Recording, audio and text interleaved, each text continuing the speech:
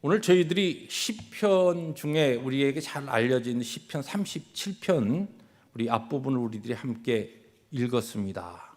근데 시편은 전체가 우리가 잘 알듯이 150편으로 이루어졌는데 이 시편 150편 가운데 73편 거의 반에 가까운 시편이 우리가 잘 아는 다윗의 시라고 그렇게 밝혀져 있습니다. 그런데 이제 대부분 구약 성경학자들은 이 시편 150편 가운데 작자 미상의 시들이 상당히 많습니다. 그 가운데서도 다윗의 시가 상당히 있을 것이다 그렇게 생각들 합니다. 그래서 시편 150편 가운데 적어도 절반 이상이 다윗이 쓴 시라 그렇게 일반적으로 이해를 합니다. 그 가운데 오늘 우리가 읽은 37편은 지혜시라 그렇게 불립니다. 이제 시도 여러 가지 시로 분류가 되는데 그 중에 지혜시다. 지혜시는 특별히 시편을 쓴 이 시인이 저자가 성령의 감동으로 자기 삶을 통하여 깨닫게 된 하나님, 그리고 그 하나님을 통하여서 깨닫게 된 하나님의 지혜, 이 땅에 하나님의 백성으로 어떻게 살아야 될 것인가라고 하는 것을 하나님께서 깨닫게 하신 그 지혜를 시를 통하여 고백한 그와 같은 성격의 시들을 지혜시라고 그렇게 이야기합니다. 우리가 잘 알고 있는 아브라함 링컨 미국 대통령이 있습니다.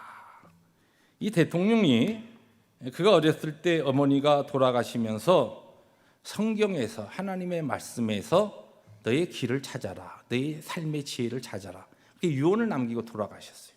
그래서 이 링컨은 그의 평생에 성경책 한 권을 계속 가지고 그 손때 묻은 성경책을 가지고서 부지런히 성경을 묵상하고 읽으면서 힘들고 어려운 때를 잘 지냈습니다. 근데 이 링컨 대통령이 잘 알듯이 급작스러운 그와 같은 일로 돌아가신 다음에 그 주위의 사람들이 링컨 대통령의 유품을 정리하다 보니까 그의 손때에 묻은 성경이 있는 거예요. 근데 이 성경 가운데 특별히 아주 많이 그냥 글씨가 거의 안 보일 정도로 많이 손을 대고 읽고 또 읽고 해서 그렇게 된 부분이 있습니다. 그 부분이 어디였냐면 시편, 오늘 우리가 읽은 37편 가운데 4절부터 8절의 내용이에요. 이 내용을 다 올릴 수가 없어서 그 중에 조금 더 가운데 부분 5절부터 7절을 올려드리면서 다시 한번 우리가 본문을 읽었지만 다시 한번 우리 본문을 함께 우리 읽어봅니다. 5절부터 7절입니다. 너의 길을 여호와께 맡기라. 그를 의지하면 그가 이루시고 너의 의를 빛같이 나타내시며 너의 공의를 정오의 빛같이 하시리로다. 여호와 앞에 잠잠하고 참고 기다리라. 자기 길이 형통하며 악한 길을 이루는 자 때문에 불평하지 말지어다. 링컨이 신앙을 가지고 살아갈 때 참 힘든 일, 어려운 일, 자기 생각과 전혀 다른 그와 같은 환경이 그의 삶에 펼쳐질 때에 하나님이 주시는 지혜를 얻기 위해서 말씀 가운데 많은 말씀이 있지만 특별히 시편 37편을 읽고 손으로 이렇게 그어가면서 또 읽고 하다 보니까 그 자리에 그 활자가 거의 다 변색이 되고 탈색이 되어버렸다는 것이에요. 여러분, 우리가 잘 알고 있는 푸시킨의 시가 있죠. 삶이 그대를 속일지라도. 오늘 우리들이 예수 믿고 살아가면서 신앙 가운데 살아가는데 우리의 삶의 환경이 내 어떤 이해와 내 지식과 내가 생각하는 그와 같은 삶의 방향과 전혀 다른 일들이 일어날 때, 어떤 경우에는 왜 이런 일들이 나에게 일어날까라고 하는 그 일들이 굉장히 부당하고 불공정하고 불공평하게 여겨질 때가 있습니다.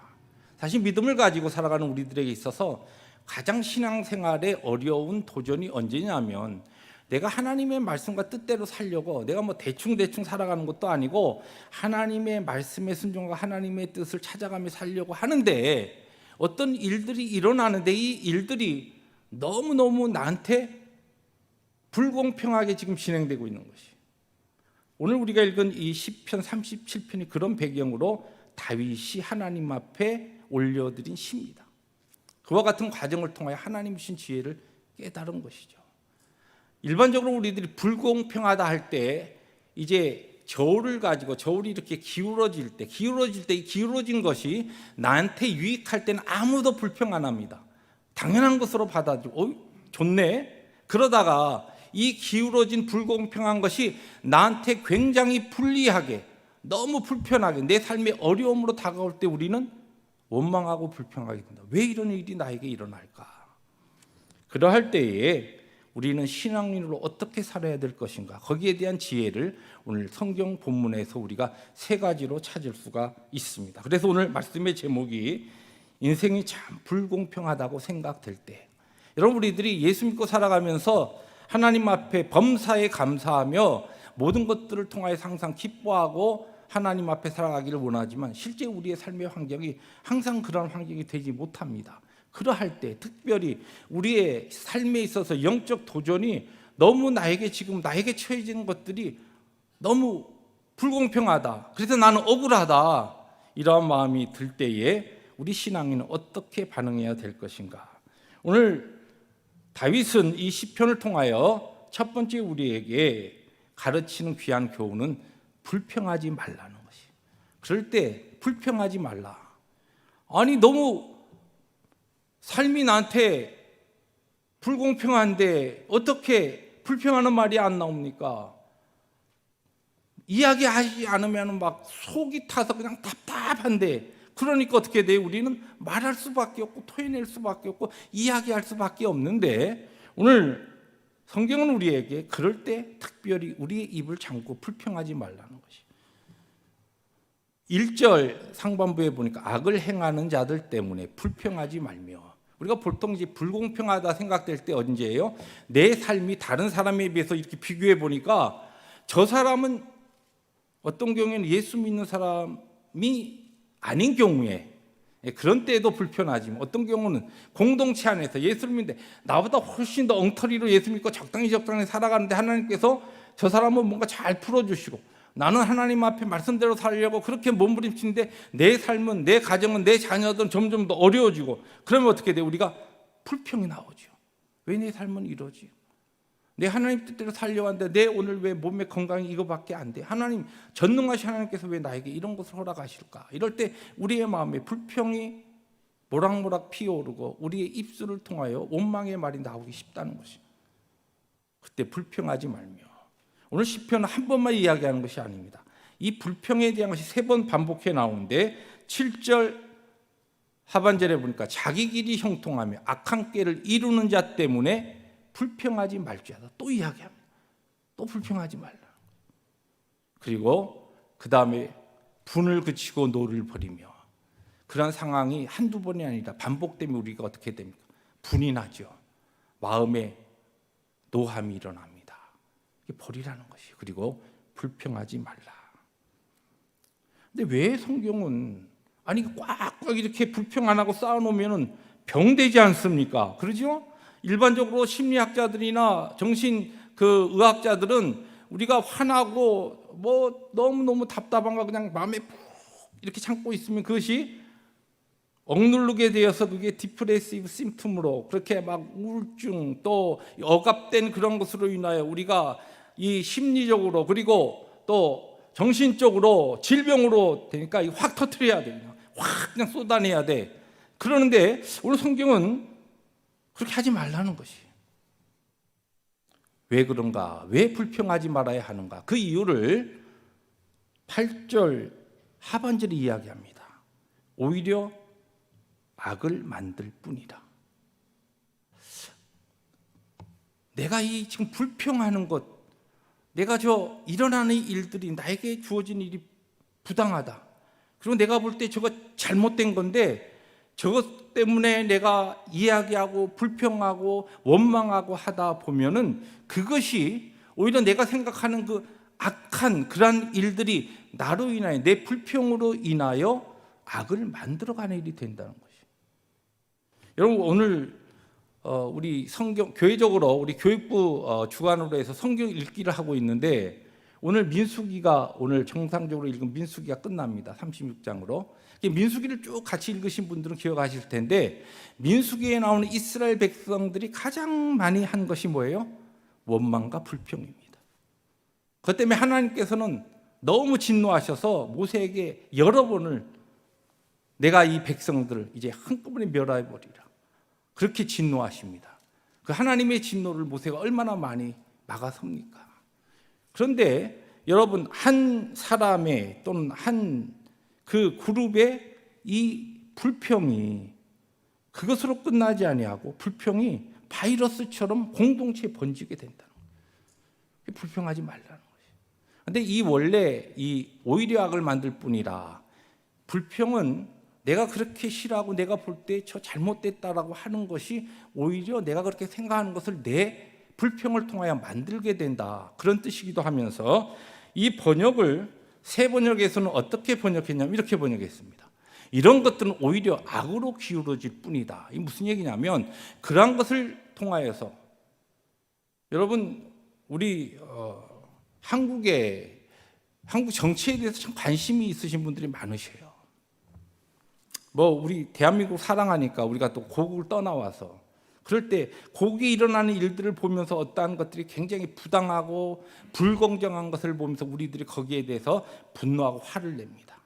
그런데 그럴 때 우리가 신앙에서 굉장히 조심해야 됩니다. 왜냐하면 우리가 막 분노하고 거기에 대해서 불평하고 하는 이런 것이 하나님의 섭리와 하나님의 역사에 대한 그와 같은 믿음이 없이 우리가 다 그와 같은 신앙은 있지만 그럼에도 불구하고 우리 입술로 그와 같은 불평이 어떤 경우에는 원망이 막 악한 말로 나오고 민수기에 나오는 이스라엘 백성들이 한 악한 말로 그렇게 바꾸어집니다. 어떤 경우에는 크리스찬이 해야 될 해서는 안 될 막 욕들이 거기에 보면 막 나와요. 그러면 그런 일로 인하여 우리가 어떻게 되느냐? 오히려 악으로 우리가 기울어지는 것이에요. 그렇게 내가 이야기하는 그러한 것에서 그럼 나는 선해지느냐? 그거 아니라는 거예요. 내 불평 때문에 오히려 내가 더 그와 같은 내가 저 잘못됐는데라고 하는 그 악한 쪽으로 내가 점점 기울어진다는 것이에요. 우리가 그런 부분에 있어서 우리의 생각과 우리의 마음 또 우리의 입술을 하나님 앞에 항상 조심해야 한다는 것입니다. 뿐만 아니라 이 같은 구절을 공동번역에서는 이렇게 번역했습니다. 자신에게 해로울 뿐이라는 것이에요.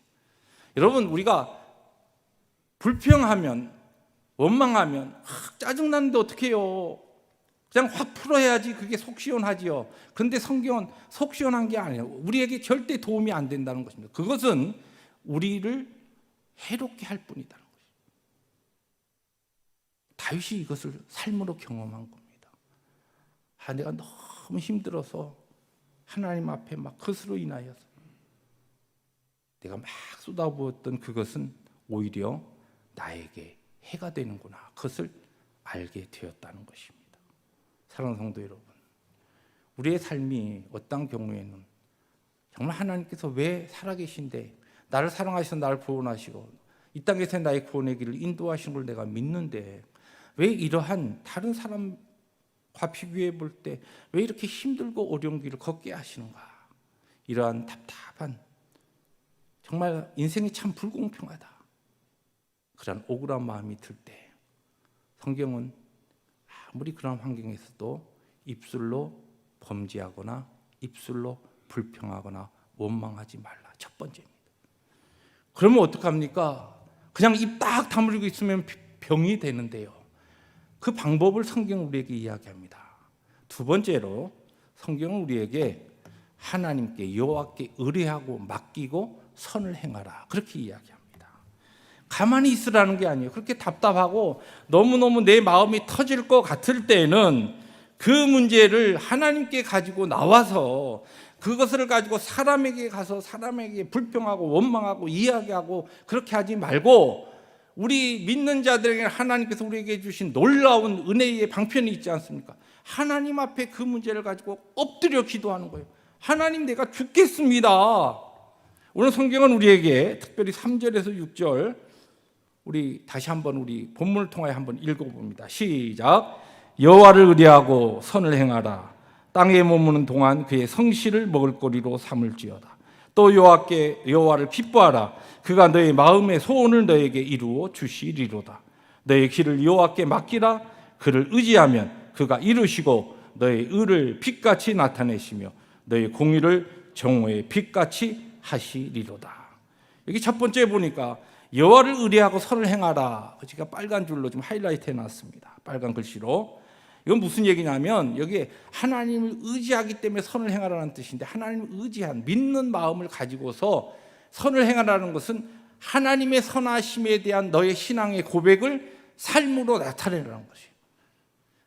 여러분, 우리가 삶이 참 힘들어질 때는 막 우리의 근본적인 면에서 본질적으로 하나님에 대한 신앙의 그러한 것은 아니다 할지라도 많은 경우에 왜 하나님이 이러실까? 왜 하나님이 나에게 이러한 길로 인도하시지라고 하는 그와 같은 물음표가 어떻게 우리의 마음에 자꾸만 그것을 통하여 사탄이 자꾸만 하냐면 하나님이 선하시지 않아. 하나님이 너에게는 적어도 그렇지 않으신 것 같아. 이런 의심을 자꾸만 심어줍니다. 우리 삶이 나에게 정말 부당하다, 불공평하다 그렇게 여겨질 때 내가 섬기고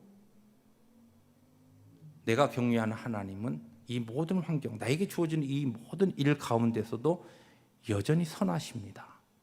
이 신앙의 고백을 내 삶을 통하여 나타내는 것이 무엇이냐? 그것이 바로 하나님의 심으신 자리, 오늘 삶의 현장에서 그 믿음을 가지고 하나님을 의지하고 묵묵히 선한 길을 걸으라는 것이, 의의 길을 걸으라는 것이, 말씀에 순종하는 길을 걸으라는 것이. 오늘 이 시편을 여러분 잘 뜯어보시면 다윗도 그러한 많은 시험과 도전이 있었어요. 이렇게 저 악인들이 잘 되는 거, 뭐 저들이 형통한 거 보니까 아유, 뭐 꼭 내가 이렇게 믿음대로 살아야 되나, 내 하나님의 말씀 이대로 살아야 되나, 나만 손해보는 것 같고 나만 힘든 것 같고 그만두지 뭐, 이러한 도전이 올 때에 하나님의 선하심을 꼭 기억해요. 내가 믿고 섬기는 하나님은 여전히 선하시다. 그 믿음을 가지고 하나님 앞에 오늘의 삶을 살아가는 것이 뭐냐? 여전히 하나님 나를 심으신 자리, 예배하는 자리, 하나님을 섬기는 자리, 기도하는 자리, 그 자리를 지키고 그 사명을 감당하는 것이. 여기에 또 뭐라고 이야기했냐면 내 길을 여호와께 맡기라, 그렇게 이야기합니다. 이 무슨 얘기냐면 많은 이 불공평한 일들은 내 삶의 어떤 문제로 찾아옵니다. 근데 그런 문제를, 이 문제가 나에게 왜 일어났냐, 이게 정말 불공평하다, 하나님 억울합니다, 이게 아니고 이것을 하나님 앞에 기도의 제목으로 바꾸라는 것이에요. 그것이 바로 여호와께 맡기는 것입니다. 이 문장을 이렇게 한 주석가는 이렇게 주해를 했습니다. 내 문제를 그분에게 맡기면 더 이상 내 문제가 아닌 그분의 문제가 된다. 굉장한 우리 신앙의 영적 원리입니다. 요건 한번 우리가 같이 한번 읽어볼까요? 시작. 내 문제를 그분에게 맡기면 더 이상 내 문제가 아닌 그분의 문제가 됩니다. 이게 맡기는 거예요. 어떻게 맡겨요? 기도로 맡기는 거예요. 하나님, 도저히 이 문제 내가 너무 마음이 힘들고 어려워서 내가 어떻게 내 힘, 내 능력으로 핸들할 수 없습니다. 하나님께서 이거 맡아서 좀 처리해 주세요. 그게 기도입니다. 하나님 앞에 맡기는 거예요. 그러면 어떠한 경우는 하나님 앞에 정말 내가 풀 수 없는 문제 하나님 앞에 맡기면 어떤 기도의 제목은 뭐 일주일이 되지 않아서 하나님께서 내 염려와 전혀 달리 아주 싹 정리해 주시고 좋은 열매를 주실 때가 많아요. 어떤 경우는 물론 좀 오래 가야 되는 것이 있습니다. 좀 오래 기다려야 되는 부분이 있어요. 그러나 대부분 우리의 문제는 하나님 앞에 맡기면 하나님의 문제가 되면 하나님께서 그 문제를 그분의 지혜와 그분의 능력으로 정리해 주십니다. 그럴 때 우리의 믿는 자로서 하나님의 그 은혜, 능력, 하나님의 역사, 살아계심을 우리의 삶으로 체험하게 되는 거예요. 거기에 믿는 자로서의 하나님 앞에서의 기쁨과 감사가 나오는 것입니다. 근데 오늘 여기 마지막 6절에 뭐라고 이야기합니까? 그를 의지하면 그가 이루시고 그 다음에 내 의를 빛같이 나타내시며 내 공의를 정오의 빛같이 하시리로다. 이 말씀 뭐냐면 우리가 실제 이제 나의 불공평하고 내 일들로 인하여 내 마음이 상할 때 가장 힘든 문제는 뭐냐면, 야, 이들은 내가 가만히 있으면 이 문제가 그냥 이렇게 진행되면, 야, 사람들에게 있어 내 얼굴도 말이 아니고, 아, 이거 내가 하나님의 뜻대로 살아간다고 하는데 내 체면도 말도 아니고, 이러다 보면 이게 내 문제가 어떻게 될까 답답한 거예요. 그럼 상황이 깜깜하게 어둡게 느껴집니다. 근데 그렇게 하나님께서 하시지 않고 하나님 앞에 믿음으로 맡기고 그분께 온전히 내 문제를 올려드릴 때 하나님께 그 문제를 이루어 주시는데, 어떻게 하냐면 정오의 빛같이, 다시 말해서 내 그 문제에 내가 지금 염려하는, 야, 내가 깜깜하고 내 얼굴과 내 체면과 내 모든 문제가 아주 사람들 앞에서 부끄러움을 당할 것 같은 그러한 문제를 정오의 빛처럼 하나님께서 그의 공의, 여기는 내 의를, 너의 공의를, 무슨 얘기냐면 내가 지금 너무 억울해요, 내가 지금 너무 답답해요, 하나님 이거 어떡합니까? 걱정하지 말라. 쉽게 이야기해서 내가 네 그 문제를 해결해 주면 네 얼굴을 세워주겠다. 내 문제를 그렇게 하나님께서 바꾸어 주시겠다는 것입니다. 그러므로 우리는 불공평한 일을 당할 때 주님만 의지하고 그분께 기도로 맡기고 하나님께서 오늘 나를 심으시고 맡기신 사명 믿음으로 감당하는 우리 펠로십 교우들 될 수 있기를 주님의 이름으로 축복합니다. 마지막으로 성경은 우리에게 온유함으로 화평을 누리라, 이 마지막 하나님 우리에게 주신 귀한 지혜입니다. 11절 말씀입니다. 그러나 온유한 자들은 땅을 차지하며 풍성한 화평으로 즐거워하리로다. 여기에 이 온유하다라고, 온유한 자들이라, 이 원래 이 히브리 원어가 와야나임이라 그런 단어인데, 이 뜻이 뭐 온유하다, 이게 이제 영어 성경으로 meek이라고 그렇게 번역돼 있어요. 좀 유연하다, 잘못 이거 meek이라고 하면 또 네거티브한 미닝으로는 좀 이렇게 약하다, 연약하다, 이런 이 이미지가 있는데, 사실 이 와야나임, 온유한 자들이라고 하는 이 뜻은 어떤 뜻이냐면은 이 앞에 7절에 나오는 이 구절이 이 온유한 자들에 대한 가장 적합한 설명입니다. 요 앞에 잠잠하고 참고 기다리는 자예요. 그게 온유한 자예요. 네. 온유한 자는 하나님께서 분명히 하나님의 때에 이 모든 것을 그의 능력으로 역사하시고 해결해 주시라는 그 믿음을 가지고 잠잠하고, 여기 중요한 게 첫째는 잠잠하고 참고 기다리는 것이, 이게 온유한 것입니다.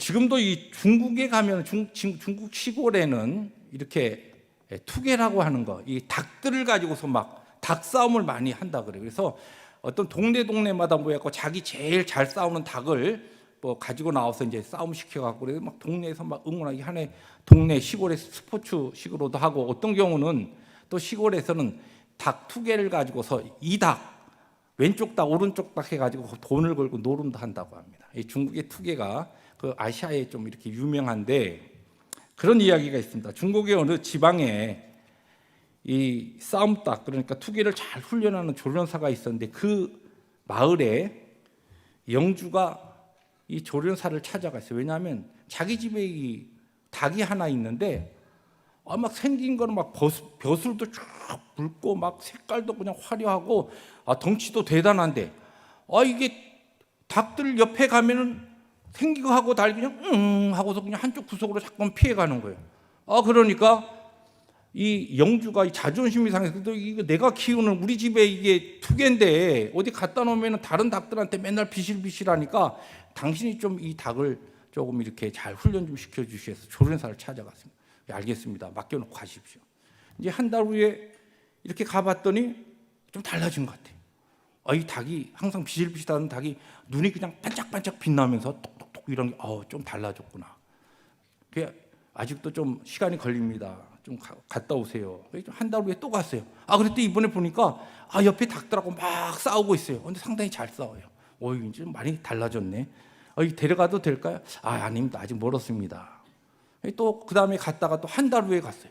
그랬더니 가봤더니 이번에는 막 닭 치는 대로 막 이 닭들 막 다니면서 막 물어뜯고 차고 막 날아다니고 대단합니다. 이야, 이거 됐다. 이게 데리고 가겠습니다. 아직도 아닙니다.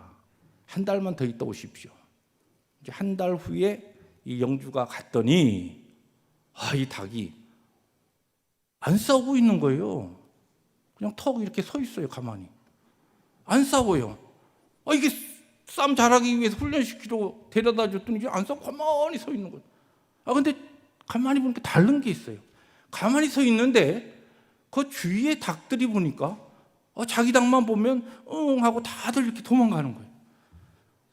그냥 뚜리번 쳐다만 보고 있는데 주위의 닭들이 다 그냥 슬금슬금 그냥 뽕물을 빼고 이렇게 숨습니다.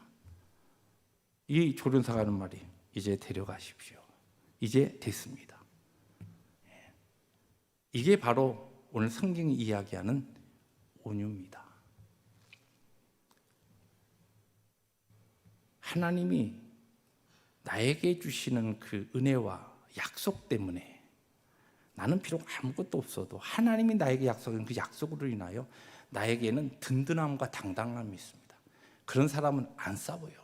싸울 필요가 없어요. 싸우려고 하지도 않아요. 그냥 가만히 있어요. 조용합니다. 기다립니다. 그런데도 다른 닭들이 응 하고 그냥 뽕무리를 빼는 거예요. 왜요? 하나님의 위로와 하나님의 평강과 하나님의 능력과 주를 믿는 당당함이 그에게 있기 때문입니다. 그런데 오늘 이 11절을 예수님께서는 인용하셔서 우리가 잘 아는 산상수훈에 이렇게 말씀하셨습니다. 온유한 자는 복이 있나니 그들이 땅을 기업으로 받을 것이며. 그런데 오늘 말씀이 비슷하죠? 온유한 자들은 땅을 차지하며. 오늘 여기 지금 시편에 얘기한 땅을 차지한다는 것은 뭐냐면 하나님 앞에 그와 같은 힘들고 어려운 정말 말이 안 되는 왜 내 삶은 이렇게 부당하고 이렇게 불공평하냐라고 하는 그러한 탄식이 일어나는 환경 가운데서도 불평하지 아니하고 하나님께 그 문제를 기도로 맡기며 믿음으로 주님만 의지할 때, 그리고 하나님의 때를 기다리며 온유함으로 기다리는 자는 그의 삶의 영역을 하나님께서 넓혀주신다. 하나님의 역사와 하나님의 나라가 그러한 삶을 통하여 힘있게 확장된다는 것입니다. 그것이 땅을 기업으로 받는 것입니다. 말씀을 정리합니다. 사랑하는 성도 여러분, 지나간 한 주간 여러분의 삶이 어떠했습니까? 여러분이 오늘 겪고 있는 개개인의 문제가 좀 불공평하시고 그렇게 생각이 되시고 억울한 부분도 있지 않습니까? 입술을 닫고 첫째, 불평하지 마십시오. 그 답답한 마음을 전능하신 하나님, 나의 모든 것을 아시는 하나님께 가지고 나가서 기도로 맡기시기 바랍니다. 그리고 하나님의 때, 하나님의 그 선하신 때에 하나님께서 이 모든 것을 통하여 일하시리라는 그런 믿음을 가지고 온유함으로 하나님께서 주시는 오늘의 삶의 화평함을 누리시고 하나님이 그와 같은 자를 통하여 역사하시는 하나님의 나라의 확장과 그의 나라의 영광을 여러분의 삶을 통하여 힘있게 경험하시는 또 한 주간이 되시기를 주님의 이름으로 축복합니다. 기도하십니다.